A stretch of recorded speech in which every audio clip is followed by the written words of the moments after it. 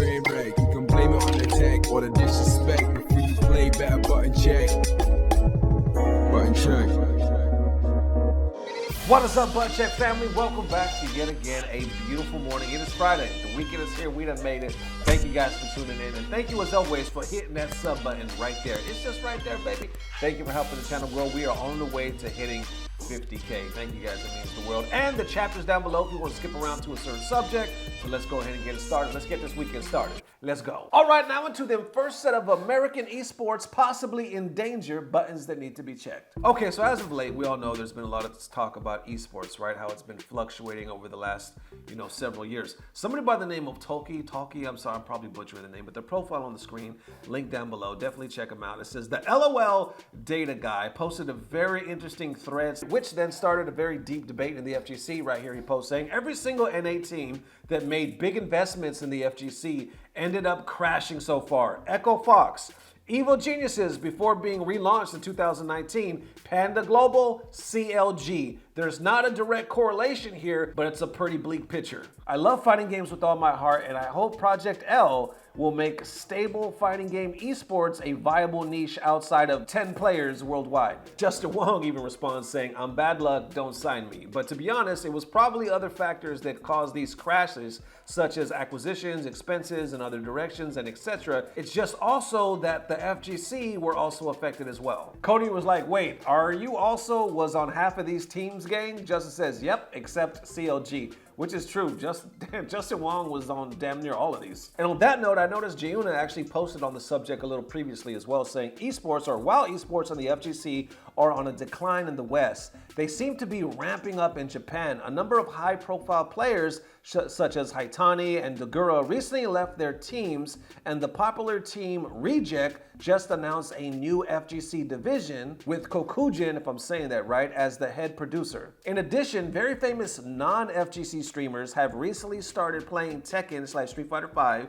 Japan's #1 creator actually attended EVO and hosted an on-site stream. There's also rumors of the major teams racing to put together a Project L squad, even though it's still a ways off. There's definitely something happening behind the scenes to have all these big names suddenly interested in fighting games, but I hope they all stick around for a little while and get the new generation of gamers into fighting games. We'll keep an eye on them in the next few months. So there you have it, man. There's other comments that I saw literally just yesterday by some event coordinators right here, like Rick, the general manager of EVO, event director of Combo Breaker, posted this as well, talking about Shine. There's another tournament, right? Saying watching Shine and many other events shut down recently continues to be heartbreaking. The hardships of producing convention scale budgets and attendee experiences, much less the risk, are legion.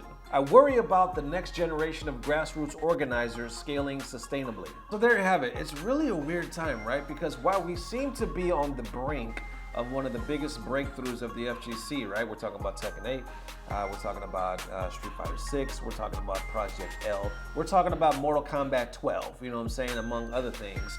Right now, we're looking at like, oh shit, FGC has a big possibility and hopes to go mainstream, but yet in the midst of all this, technically we haven't got there yet. We have like a few more months and whatnot to hit all these new games and whatnot. So in the meantime, it looks like a lot of our tournaments are slowly fading away because it's just so hard, like Rick was pointing out, to keep it going, And on top of that, people are losing sponsorships left and right.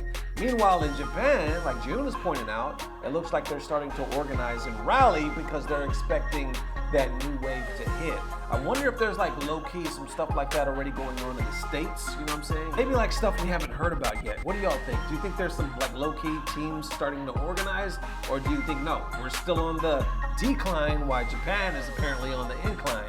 How do y'all feel? And next up, for these FGC streets getting hot as hell, buttons that need to be checked. So I noticed the other day, Professor High Kick at Tanisa Jane, profile on screen, link in the description field, definitely check them out, posted this. Now I've seen this posted before, but this one caught hella traffic, right? Saying, what opinion on the FGC do you have that would have you like this? And of course, post the picture down below. People actually came with some great takes. Like some of these takes actually got millions of views. It's ridiculous. Starting right here with Mrs. Play Stuff saying, women are not excluded from the scene. We are welcomed with open arms. I don't like this narrative that women always have it bad here. We all get toxic messages from here, women and men. Should we get them? No, but the world is a toxic place and needs improvement for genders. Damn, you know, and she brings up a good point, right? Because we hear that a lot, that women have it harder, and then, you know, some men on the other side of the fence always say that women have an unfair advantage because of their beauty or their sex appeal and whatnot. But Mrs. Play Stuff says women are not excluded from the scene. We are welcomed with open arms. Damn, how y'all feel about that one? Up next, Bolt Strike says, many old school players are terrible at the newer games, not because they're easier, but because these players were never good to begin with. Instead, they blame the newer games for being scrub friendly rather than their own ineptitude and lack of adaptability as a player. How y'all feel about that one? He said, because we see that, right? Like everybody that was good at 4 or even godlike didn't make it in 5. And I'm wondering who's gonna survive from 5 to 6 as well, you know what I'm saying? But Bolt's over here saying that if you don't make it, it's not because of the game or the mechanics or because it's scrub friendly, it's simply you were scrub friendly. You were scrub friendly. Fuck, I can't talk. You were the one that was actually scrub friendly to begin with. How y'all feeling about that one? And next up, Mike and Nike right here says, trash talk to literal random people should not be normalized at all and should only be amongst peers typically. People take things differently and we should realize that as a community. Damn, okay, so we're saying trash talk to literal random people, let's say online, you know, remember Xbox Live, all that other stuff, should not be normalized.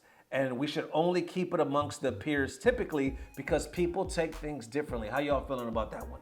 Now that one I would imagine is gonna catch some mixed feelings because FGC is built on that trash talk, you know what I'm saying? Not to say the toxic kind, even though we do see that obviously, but FGC loves to talk that trash. But do you think it should only stay among peers or that, no, it's for everybody? And we're gonna finish off with this one because this was one of the bigger ones, right? So Anna, AKA SMG Princess, posted this saying, top players in the FGC will never admit to this, but they practice in groups and share tech only between each other, which allows them to have an advantage over regular players. That's why we always see the same people in top 8. And then from here, we get a lot of responses, right? I like see some people saying like, please don't think, you know, playing top players is gonna make you any good in the first place.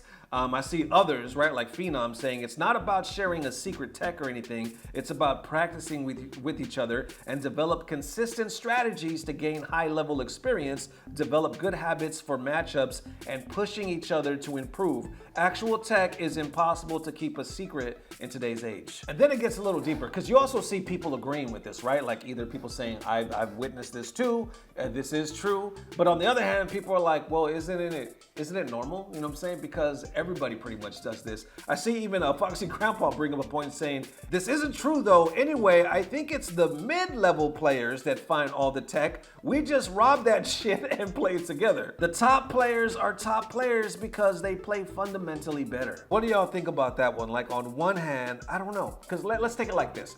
I knew a lot of top level players, right? Myself included, because people think of Ernesto, they think top player. You know, we've all seen that button check. They think top player, then they think news. You know, then they think comedy, then they think sex appeal. But top player, definitely number 1. Anyway, so as a top player, I can speak from experience in a way, right? Because I knew a lot of top players, sponsored players and all that, and I would play with them. Didn't really make me better. And why I say that is because I wasn't grinding and I wasn't labbing to get better. These guys have a different mentality. They have a killer instinct and this is all they want to do. It's almost like going to school, right? When you go to school, we're all there learning, right? We're all there studying together, but only some are going to pass. The ones that are there to actually learn the shit. Others are just, you know, talking on their phones and just talking to it. We're not even paying attention, you know what I'm saying? I think it's the same thing with the FGC. If you want it, it's out there. But otherwise, just knowing top players ain't gonna make you good. And do you think it's true where they say mid-level players are the ones that find the tech, top players just steal it?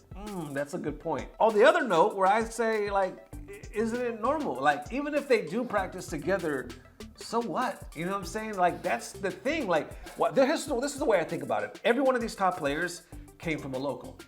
Every one of these top players came from a high school or just a regular ass neighborhood, and they found their way to their group. They found their way to the, like I said, to the local tournaments or the regionals or whatever, and then they finally got some friends that were high-level players. Nobody just came out their mama's womb a high-level player. So as far as I could tell, I don't think there's really anything wrong with it. I do know that some people will hide tech, obviously, right? Because especially if you're going to a tournament, you don't want certain people to have like certain knowledge, which is the same thing that professional teams do, you know what I'm saying? So that's why I'm saying at the end of the day, kind of is what it is. But that's just how I feel. What do y'all think? There it is, ladies and gents. But before we get out of here, I have to comment on this because I made a short about it. It was announced just the other day, Capcom, right? They said, Lil Wayne, out of all people, they done hired Lil Wayne to host a huge event that's coming for Street Fighter 6. What is it, the 20th? So next Thursday, and they're gonna make some big announcements for Street Fighter 6, and that's gonna be amazing, right? The community, FGC is reacting, mixed feelings, of course. Jiyuna right here posted saying, Lil Wayne will save fighting games. And of course, people are reposting. A lot of it is like memes or just funny shit, but how are we feeling about it? A lot of people are hyped. A lot of people are excited, you know what I'm saying? Others are kind of like, what about Lupe Fiasco, you know? Or maybe they feel like they look past him because they already kind of been there. Or are they like, is just like a cheap grab real quick because what does Lil Wayne have to do with Street Fighter 6? But maybe low-key he streams games. I know, like, doesn't he stream and stuff like that? He does a lot of stuff. Anyway, when I first saw it, I had that same reaction that I did in the short. I was actually at work when I saw it. I was like, what? I was hyped. Dirty Low sent it to me. I was like, why not? You know what I'm saying? I'm just of the train of thought, why not? Couldn't hurt. Like, what could it hurt? You know what I'm saying? Maybe we get Daigo. Now Daigo played Lupe. Now Daigo gotta play fucking Lil Wayne. But I swear if Daigo loses to Lil Wayne, that's gonna cause an uproar. That's gonna cause, no, because it's already controversy, right? Where people talking about him losing to Lupe. Now watch him go play Lil Wayne and lose to Lil Wayne. I'm done. Anyway, Street Fighter 6, right around the corner. I'm hoping they're gonna do like some new trailers or something, but I'm really hoping that they're gonna announce the open beta. But we'll see how y'all feeling. Let me know. There it is one more time. Thank you guys for the amazing love, man. As always, thank you for subscribing, helping the channel grow. We'll see you soon, if not tomorrow, definitely the next day. A lot of exciting stuff coming up. And as always, I don't know what it is, but I know it's about to get better. Love y'all forever. Peace. Blah, blah, blah. Subscribe. Nobody just came out their mama's womb a high-level player. Well, not counting me. Don't count me, because if you count me, it's gonna throw you off. So don't count me. I'm just saying, I came straight from my daddy's nuts, mama's coochie, red vitals, and it was a mess. I was covered in, because I was a newborn, so I still had the placenta and shit. They hadn't cut the cord. It was kind of hard to hold the trophy because this is a horrible joke. I'm sorry.